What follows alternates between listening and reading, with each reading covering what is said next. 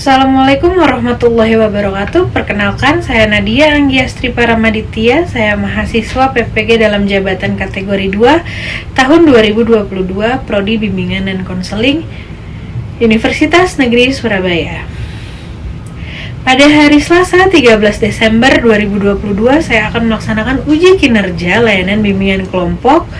Berikut video praktik pembelajaran yang saya lakukan. Oke, Assalamualaikum warahmatullahi wabarakatuh. Waalaikumsalam warahmatullahi wabarakatuh. Selamat pagi anak-anak. Gimana kabarnya? Sehat? Alhamdulillah ya. Alhamdulillah. Nah, hari ini sebelum kita memulai, mari kita berdoa dulu sesuai dengan kepercayaan dan agamanya masing-masing. Berdoa dimulai. Berdoa selesai. Baik. Nah, anak-anak, hari ini kita akan melaksanakan bimbingan kelompok. Nah, bimbingan kelompok ini merupakan salah satu layanan yang ada pada bimbingan dan konseling yang bertujuan untuk memberikan informasi baru, memberikan pemahaman baru untuk yang bermanfaat untuk kehidupan sehari-hari. Nah, kemudian tata caranya adalah ketika ingin menjawab atau ingin berpendapat, silakan acungkan tangan terlebih dahulu. Jadi kita memanfaatkan dinamika kelompok yang kondusif. Oke. Nah, di bimbingan dan konseling ini kita memiliki asas-asas. Ada 4 yang kita pakai asasnya. Yang pertama adalah asas kerahasiaan. Jadi apabila nanti jika ada hal-hal yang sifatnya pribadi, mohon tidak disebarluaskan ya. Jadi hanya berlaku untuk forum ini saja, dibahas di forum ini saja. Di forum ini asas keterbukaan. Jika ingin berpendapat harus terbuka, tidak ada yang ditutup-tutupi. Kemudian asas kesukarelaan. Nih, Ibu sekalian ingin mengucapkan terima kasih karena kalian sudah bersedia hadir mengikuti layanan bimbingan konseling atau layanan bimbingan kelompok ini. Oke, yang terakhir asas kenormatifan. Asas kenormatifan itu tadi, jika ingin berpendapat silakan acungkan tangan terlebih dahulu. Ya. Paham sampai sini? Paham ya? Ada yang ingin ditanyakan? Tidak ada ya? Oke. Kalau gitu. Sebelum kita mulai, kita main ice breaking dulu nih. Sambung nama. Dimulai dari saya sebagai pemimpin kelompok dan kalian ini sebagai anggota kelompok ya. Perkenalkan, saya Bu Nadia. Yuk kita mulai dari Rania. Halo Bu Nadia, perkenalkan saya Rania. Halo Bu Nadia, saya Noel. Halo Bu Nadia, halo Noel, saya Kaika. Oke. Halo Bu Nadia, halo Rania, halo Noel, halo Kaika, saya Hamka. Halo Bu Nadia, halo Rania, halo Noel, halo Kaika, halo Raka, saya Kaika. Oke, ayo lanjut. Halo Bu Nadia, halo Rania, halo Noel, halo Kaika, halo Raka, halo Naila, halo Dika, saya Hana. Ayo Bu Lin. Nadia, halo Rania, halo Noel, halo Kaika, halo Raka, halo Naila, halo Andika, halo Hanan, saya Olivia. Oke, tepuk tangan dulu tuh kita. Oke. Ih, pintar-pintar nih. Oke. Nah, udah siap belum? Kira-kira? Siap ya? Are you ready? Yes. Oke. Nah, hari ini kita melaksanakan yaitu bimbingan kelompok, di mana kita diskusi mengenai kiat sukses studi lanjut dan bongkar jalur masuk ke PTN dan kedinasan. Oke. Untuk tujuannya adalah yang pertama supaya kalian bisa nih membedakan jalur masuk ke perguruan tinggi negeri apa aja, kemudian regulasinya seperti apa, kita akan bahas semua di sini. Kemudian kalian bisa nih membuat atau merencanakan action plan atau kiat sukses studi lanjut untuk meraih PTN favorit yang dicita-citakan. Oke, pasti di sini mau kan semuanya masuk ke perguruan tinggi negeri yang dicita-citakan? Mau. Oke. Oke ya. Yang pertama nih, Ibu mau tahu dulu nih, kalian seberapa tahu sih atau seberapa kenal kalian mengenai jalur masuk perguruan tinggi negeri atau kedinasan? Ada yang tahu? Oke, Kak Ika. Kalau yang setahu aku sih dulu tuh ada jalur SNMPTN sama SBMPTN Sama mandiri, berarti ada 3 jalur. Oke, ada lagi? Menurut Rania gimana? Jadi setahu saya 3 jurusan itu tuh udah 3 jalur itu tuh udah diganti sekarang. Nah, SNMPTN itu sekarang udah diganti menjadi SNBP. Terus habis itu SBMPTN itu sudah diganti menjadi SNBT dan yang terakhir itu ada jalur mandiri tadi itu. Oke, ada lagi? Ada lagi? Hanan? Ya, coba. Hanan gimana? Tadi yang saya tahu itu juga sama kayak ya itu saya juga itu baru pertama kali dengar itu yang tadi Rania bilang SN sama SNB. Iya itu baru tahu. Iya, tapi kayaknya yang tes bisa dikira-kira deh. SNBT kan kayak sama kayak SNMPTN tuh. Mungkin sama-sama tes tapi yang lain kurang tahu deh. Iya, Ibu. Nanti kita bahas ya. Oke. Kira-kira. Ada lagi? Olive? Gimana Olive? Gimana Olive? Aku kayaknya kurang tahu deh sama 2 itu soalnya belum pernah denger. Oh, belum pernah dengar. Oke, gimana Raka? Nih, nanti kita bahas ya Olive. Oke, buat si SMBP itu buat prestasi ya. Sama yang kalau misalnya SMBT itu tes bukan sih Bu? Iya, Ya kan. SNBT dan SNBP itu Mungkin. tes. Oke, terima kasih. Nah, kita tadi bahas dulu nih. Tadi karena banyak yang nggak tahu mengenai SNBP dan SNBT, jadi kita diskusi dulu sebelum lanjut ke pertanyaan selanjutnya. Nah, SNBT itu adalah seleksi nasional berbasis tes, sedangkan SNBP adalah seleksi nasional berbasis prestasi. Jadi penggantinya UTBK SBMPTN ya itu SNBT, sedangkan SNMPTN penggantinya adalah SNBP, seperti itu. Nah, kira-kira nih, pada tahu nggak sih apa sih isinya tuh SNBT, apa yang beda dari SNMPTN, terus SNBT-nya yang beda dari SBMPTN itu apa? Pada tahu nggak apa bedanya? Kalau untuk SBMPTN, UTBK SBMPTN itu dulu yang dites itu sesuai sama Saintek sama Soskuminya. Masing-masing ada 4 mata pelajaran. Kalau untuk SNBT sekarang itu cuma ada 4 yang dites, yaitu ada psikotes, literasi bahasa Indonesia dan bahasa Inggris, dan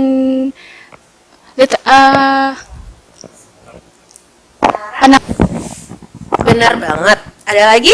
Kira-kira yang mau nambahin, Noel?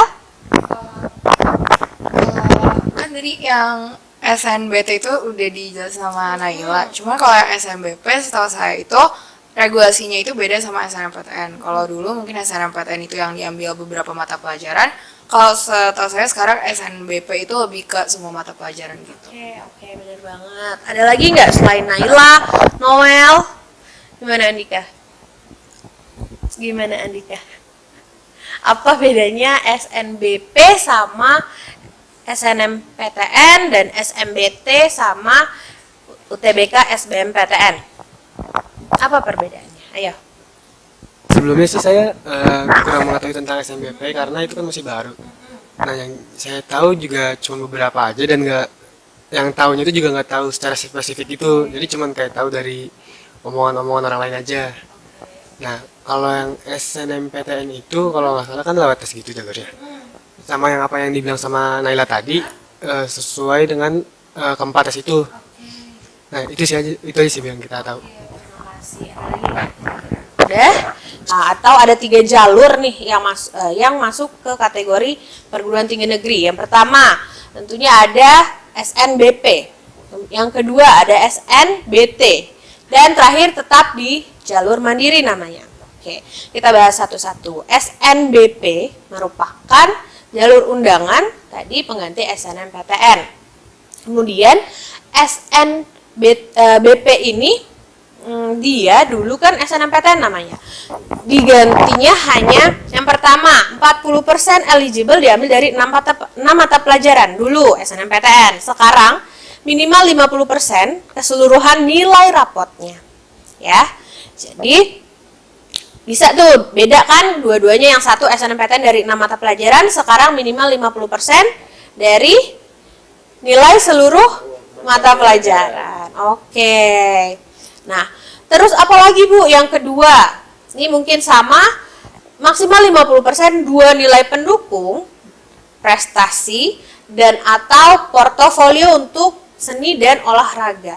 Oke, sampai sini paham? Paham ya. Kemudian yang kedua ada SNBT, pengganti dari UTBK SBMPTN. Nah, UTBK SBMPTN dulu ada TKA dan TPS. Ya, sekarang ganti nama jadi SNBT. Ya, itu hanya yang diambil tes skolastiknya aja. Jadi TKA-nya include masuk ke potensi kognitif yang pertama di SNBT ini. Yang kedua ada penalaran matematika. Yang ketiga itu ada literasi bahasa Indonesia, dan yang keempat ada literasi bahasa Inggris. Bu, kalau IPA mau ke IPS sekarang bisa nggak? Bisa. Ya, karena sekarang karena kurikulum Merdeka ini kita tidak ada penjurusan, tapi ada pemetaan mata pelajaran gitu. Nah, kalau dulu bisa nggak sih Bu? Kira-kira menurut kalian bisa nggak dulu IPA ke IPS? Susah, tapi bisa. Gimana caranya? Linjur. Ya, di sini dulu itu ada yang pernah masuk ke hukum dari jurusan IPA ya, gitu. Kemudian apa yang dikurangi? Nilainya akan dikonversi karena dia IPA, bukan IPS, bukan mata pelajaran yang ada di IPS. Tentu saja nilainya dikonversi lebih kecil daripada mata pelajaran yang IPS. Kalau IPS tidak ada konversi nilai karena sudah sesuai jurusan. Kalau yang IPA dikonversi karena tidak sesuai jurusan. Gitu. Nah, berarti yang harus dipersiapkan untuk SNBP ini adalah nilai rapot. Betul. Sangat penting nilai rapot harus dipersiapkan dari sekarang. Dari semester 1 sampai 5. Atau kelas 12 semester 1 ya.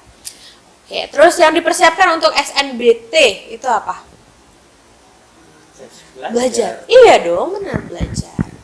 Kira-kira perlu nggak ikut bimbel-bimbel gitu?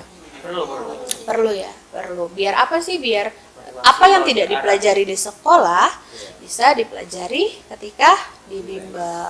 Nah, ada pertanyaan nggak sampai sini? Nggak ada. Benar. Yaudah, sekarang berarti Ibu lagi dia nanya. Kira-kira nih untuk anak-anak Ibu di sini, tadi udah jalur masuk PTN. Untuk kedinasan, tahu nggak sih ada kedinasan apa aja? STAN. Ya, STAN. Ada lagi apa? STIS. Apa lagi? STIN. Ada lagi? BIN.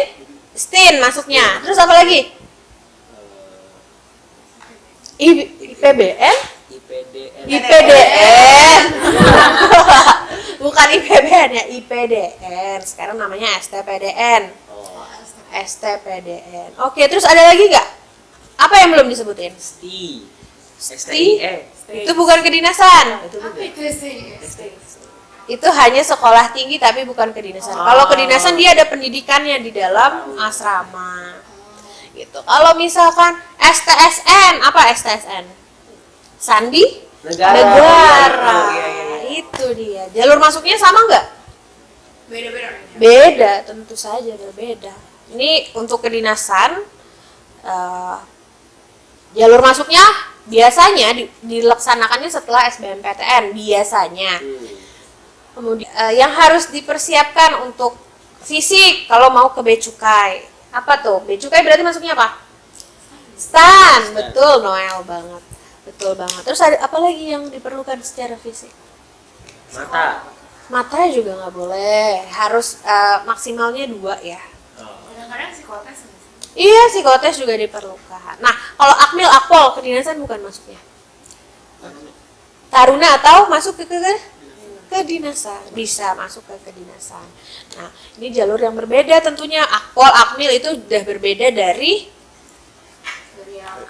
iya, imigrasi juga kedinasan. Kemudian apa lagi? Yang belum kalian tahu. Jalur masuknya tadi di akhir biasanya setelah UTBK, SBMPTN. Nah, pernah dengar nggak kalau STAN itu sekarang pakai nilai UTBK, SBMPTN dari mana? Oh ya. Belum pernah dengar? Iya, tahun lalu itu sudah diberlakukan UTBK, SBMPTN bisa diambil nilai TPS-nya untuk ke STAN. Tapi tidak tahu, kita tunggu regulasi terbaru yang sekarang itu seperti apa. Oke. Habis ini ada pertanyaan? Apa, Hanan? Materi kayak ujian-ujian gitu, itu biasanya apa tuh Bu? Kayak misalnya STSM gitu Bu. Oh, STIN itu biasanya materinya itu materi yang matematika dasar. Itu. Kemudian ada skolastik. Skolastik lebih menjurus seperti seperti tes psikotes gitu ya, mirip-mirip kayak gitu. Kemudian mata pelajaran dasar, bahasa Inggris dasar, kemudian ada literasinya juga gitu. Nah, intinya kalau kedinasan itu biasanya seperti tes CPNS. Jadi kalian nanti kalau misalkan mau masuk ke kedinasan, belajarnya dari buku CPNS gitu, karena dia lulusannya sudah langsung bekerja, sudah ditempatkan dan sudah jadi CPNS setelah lulus. Jadi siap ditempatkan dimanapun. Oke, kalau misalkan lulusan dari STIN ditempatkannya di Papua ya harus siap. Ya, STIN Intelijensi Negara. Oke? Oke, sampai sini paham? Paham ya. Ini banyak banget jalur. Mumpung masih kelas 10 nih, masih banyak yang harus dipersiapkan dan masih perlu banget kira-kira harus ada plan ke depannya, 3 tahun ke depan, 4 tahun ke depan, 5 tahun ke depan, apa saja yang harus dipersiapkan. Apakah perlu gitu memilih prodi atau jurusan yang sesuai dengan minat, bakat, potensi, serta cita-cita? Kira-kira perlu nggak? Siapa? Oke, Raka, gimana Raka? Menurut aku sih itu perlu banget. Jadi kan kayak kita tuh dapat materi yang kita sukai gitu kan. Jadi kita lebih gampang memahami aja gitu Bu. Jadi kayak we're not forced buat belajar gitu. Kita memilih. Memilih prodinya harus sesuai banget minat yang diminati. Oke, ada lagi Rania? Ya, aku setuju banget sama Kakak. Soalnya kalau misalkan kayaknya kalau sesusah apapun suatu pelajaran atau jurusan, kalau misalkan kita emang minat dan kayak emang suka sama pelajarannya, kita akan ada keinginan untuk belajar gitu. Jadi enjoy gitu. Iya, dan kalau misalkan emang paksaan, ya kayak tadi dibilang, emang paksaan untuk masuk ke jurusan itu, untuk belajar pelajarannya, kayaknya end up-nya mungkin kita bakal tertekan justru gitu. Dan kalau misalkan nanti kita bekerja di bidang itu, kita juga ya nggak enjoy aja gitu. Betul banget itu. Apalagi kalau bekerja itu kan jangka panjang ya. Kita akan melewati pekerjaan yang harus sesuai dengan passion kalian masing-masing. Gitu. Kita nggak bisa kerja di bawah tekanan, itu akan menimbulkan stres, depresi, gitu. Itu yang banyak menimbulkan stres dan depresi, biasanya bekerja di bawah tekanan, gitu. Walaupun kita bekerja di bawah tekanan, mana ada sih pekerjaan yang tidak ada tekanan, pasti ada. Tapi seenggaknya kalau kita sesuai dengan passion, itu akan enjoy aja nggak sih? Iya. Betul kan? Oke, ada lagi nggak kira-kira? Apa Noel? Kalau aku sih sama sih. Selain dari minat, mungkin kita minat sama sesuatu, tapi menurut saya harus diimbangi sama potensi yang kita punya juga. Jadi gak harus idealis, tapi kita juga harus realistis gitu. Jadi mungkin ya lebih baik kalau kita tahu sendiri potensi kita bagusnya di mana. Betul, berarti dalam artian realistik itu sesuai dengan kemampuan. Tidak melebihi kemampuan yang dimiliki. Jadi enjoy terus mampu juga kan, endingnya bagus dong. Iya, benar banget Gitu sih. sih, Itu benar banget. Oke. Ada lagi nggak? Gimana kalau menurut Adika? Menurut saya itu ngambil jurusan yang sesuai dengan passion kita itu poin utama banget ya Bu. Karena pada zaman sebelum kita nih, angkatan-angkatan cutting kita, kakak kelas kita istilahnya, itu kan banyak yang salah ngambil jurusan. dan katanya dia nyesel banget ngambil jurusan itu karena nggak sesuai apa yang dia mau. Nah jadi jurusan itu harus kita pikirin dari sekarang, karena kalau misalnya kita mikirin kayak pas udah kita kelas 12, 11 itu kayaknya kurang deh waktunya. Nah makanya iya makanya Sesuai dengan biasanya ya pengalaman saya, ketika sudah kelas 12 sudah terakhir nih, mereka baru deh menentukan, Bu saya kemana ya, saya gimana nih Bu. Sedangkan jalur SNMPTN itu baru mau dibuka dan dia hamil 2 bulan baru bertanya seperti itu, tidak dicari sebelumnya. Padahal kita itu ketika masuk kelas, terutama pada pelajaran BK, selalu menekankan ayo cari jurusan yang emang kalian minati, di searching kira-kira apa sih mata pelajaran, misalkan kedokteran, apa saja sih mata kuliah kedokteran nih yang akan dipelajari saat kuliah nanti, silakan di searching. Dan itu searchingnya H-2 bulan, explore-nya H-2 bulan, padahal sudah jauh sebelumnya ditekankan bahwa harus rajin-rajin mencari terlebih dahulu jurusan yang diinginkan gitu. Jangan H-2 bulan baru datang nih ke guru BK-nya gitu, bertanya lah, Bu saya kira-kira passionnya di apa, padahal sudah tahu. Misalkan Raka pintar berbicara di depan orang banyak, bisa aja Raka milihnya emang pengennya ke Ilkom, ya kan? Gitu. Terus ada lagi nggak? Gimana nih? ada saya ini terkait dengan potensi diri ya. Oke. Nah terkait potensi diri ini kita kan biasanya awal-awal kan kita belum tahu potensi diri kita mau kemana, kita mau ngambil jalan apa. Nah maka dari itu ikutilah jalur emas. Jalur emas gimana tuh maksudnya? Emas itu kan untuk mencapai sesuatu hal yang ingin tercapai kita harus ada perjuangan yang keras ya Bu. Contoh kayak perhiasan emas. Itu kan dia awalnya masih batu biasa, masih berupa emas yang belum kita lihat jelas bentuknya. Maka dari itu kita harus menempa lebih keras lagi dan kita harus membakar semangat kita lagi untuk menghasilkan sebuah hasil yang akan kita maui nantinya. Oke, benar banget. Jadi ada prosesnya, tidak langsung ujuk-ujuk langsung jadi Iya, gitu benar. aja ya. Nggak ada semua yang Maksudnya instan. Langsung cantik gitu aja. Oke, Harus keren ada banget. pengorbanannya dulu. Betul. Oke. Kayak apa pepatah apa? Berakit-rakit ke hulu, berenang-renang kemudian. Oke, benar banget. Terima kasih Andika. Tepuk tangan dulu dong, Andika bagus banget nih. Oke, happy ya. Oke, karena Andika bagus banget. Yang lainnya juga nggak kalah bagus nih. Nah, sekarang untuk menentukan action plan ini, langkah apa, big step-nya apa, little step-nya apa yang diperlukan untuk kedepannya. Silakan dikeluarin handphonenya. Udah ada ya, kemarin Ibu udah minta download aplikasi Canva dan sudah template-nya juga sudah Ibu kirim. Silakan nih dibikin goals-nya apa, kemudian due date-nya dari kapan sampai kapan. Oke, kemudian reward yang kalian inginkan tuh apa ya. Oke, silakan. Udah ketemu ya. Oke, silakan dikerjakan. Waktunya 20 menit. Cukup? Cukup ya? Oke, yuk mulai dikerjakan ya.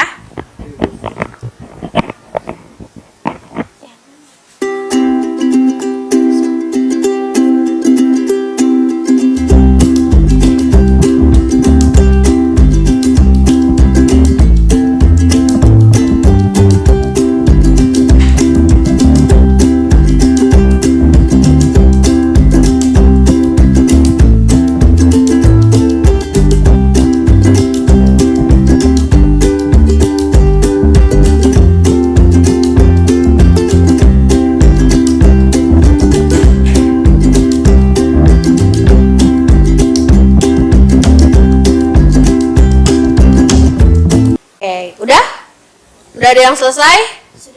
Sudah, Olive? Hanan udah? Keren, cepat banget. Ada lagi? Raka udah belum? Udah, oke. Udah? Ih, banyak banget yang udah nih. Nih, Kak Ika udah. Rania udah? Keren banget. Naila? Andika? Cepet banget nih, baru berapa menit tadi? 15 ya? 15 apa 10? Cepet banget kan, waktunya 20 menit tapi udah pada selesai. Oke. Kalau udah pada selesai semua, Ibu minta berarti 2-3 orang deh yang presentasi hasilnya nih, gimana?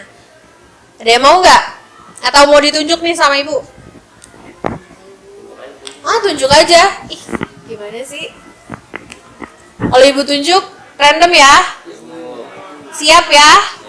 Siap nggak siap harus presentasi ya? Oke. Siapa ya? Noel, mau nggak? Boleh ya, Noel ya. Oke, gimana Noel? Aku duluan langsung. Iya. Aku pikir yang ditunjuk dulu. Iya Noel tadi, nanti tunjuknya setelah Noel. Oke. Noel berdiri nggak sih? Gimana sih? Iya, masa dia luar Noel? Iya. Jadi kalau di sini itu aku bikin action plan-nya itu enggak yang ditempel, soalnya saya ngide, jadi ya. yang apa? Di sini aku bikin due date-nya atau period of time-nya itu dari 2022 sampai 2025 karena estimasi aku berdoanya lulusnya dari 25. Nah terus di situ goals yang mau aku capai itu aku mau bisa misalnya masuk top 10 PTN tapi pakai jalur SNBP karena kan udah dikasih tahu terus kayak tanpa tes kan, jadi ya goals aku tuh di situ. Nah, terus aku harus tahu kan untuk motivasi aku di goals itu apa. Dan motivasi aku tuh aku setuju kalau pendidikan itu bisa salah satu senjata yang paling ampuh untuk mengubah dunia. Jadi kita kan hidup tuh untuk mengubah dunia kan. Oke, benar. Tujuan kita di sini ya untuk membantu yang lain, untuk membantu dunia ini gitu kita. Nah, Untuk memperbaiki iya, lah untuk ya. memperbaiki. Terus kalau kamu mau bisa menguasai dunia, kamu pasti harus dapetin pendidikan yang baik. Betul. Dan cara mendapatkan pendidikan yang baik adalah kamu harus berusaha sekuat mungkin untuk dapetin misalnya top PTN. Motivasi yang ada pada diri Noel apa sih? Atau motonya, moto? Yang mau tahu itu tadi Tadi apa? Mau belajar. Mau belajar untuk ya mengubah dunia ini. Oke, Gitu. keren banget. Terima kasih Noel. Ada lagi? Ya paling cuma tambahannya cuma obstacle, rewards sama reminder aja buat Oke. Iya, karena setiap apa yang kita tuju kita sebenarnya butuh reward sih, Ya. butuh penghargaan dari orang lain, butuh diakui sebenarnya gitu. Oke, terima kasih Noel. Tepuk tangan dulu untuk Noel. Oke, seru banget sih diskusi kita hari ini ya, seru banget. Ada lagi nggak nih? Ada lagi kali ya. Siapa nih? Naila nih kayaknya udah Naila. Siap Naila. Juga sama kayak Noel tadi, mulai dari 2022 dan finishnya tuh di 2025 karena aku juga berharap aku bisa lulus di tahun 2025. Untuk goalnya aku tuh pengen jadi orang yang bisa bertanggung jawab, disiplin, sama nggak mudah menyerah dalam mengejar cita-cita dan prestasi karena aku pengen masuk ke perguruan tinggi yang aku inginkan, pakai jalur SNBP juga. Aku pengen banget bisa pakai nilai rapot aku gitu. Terus kenapa? Karena aku tuh pengen bisa banggain orang tua aku, bisa banggain diri aku sendiri juga. Terus bisa mengubah dunia juga pakai pendidikan gitu. Bisa bermanfaat buat orang lain juga. Terus untuk motivasinya itu karena hidup itu kan cuma sebentar. Terus jadi kita harus bisa memanfaatkan waktu dengan sebaik mungkin, yaitu untuk melakukan hal yang bermanfaat, kayak buat memperbanyak prestasi, mengejar cita-cita kita, belajar yang biar bisa meraih impian gitu. Terus untuk obstacle-nya itu paling kayak rasa malas yang kadang suka datang gitu kan. Terus konsisten, kadang kita tuh suka nggak konsisten dalam melakukan sesuatu. Terus ketidakdisiplinan juga, kadang tuh suka kebanyakan main, kadang jadi lupa belajar gitu. Terus suka menunda pekerjaan juga, kayak mendingan nanti aja kerjainnya main dulu, padahal tuh sebenarnya nggak boleh kayak gitu. Terus kadang aku juga nggak bisa membedakan yang mana yang prioritas, yang mana yang bukan. Jadi kadang aku ngerjain yang bukan prioritas dulu, padahal yang prioritas itu harusnya dikerjain dulu ya. Gitu. Nah untuk research-nya itu aku tuh menyemangati diri sendiri aku dulu, kayak harus semangat buat bisa melakukan, bisa berubah, bisa belajar gitu. Oke. Terima kasih.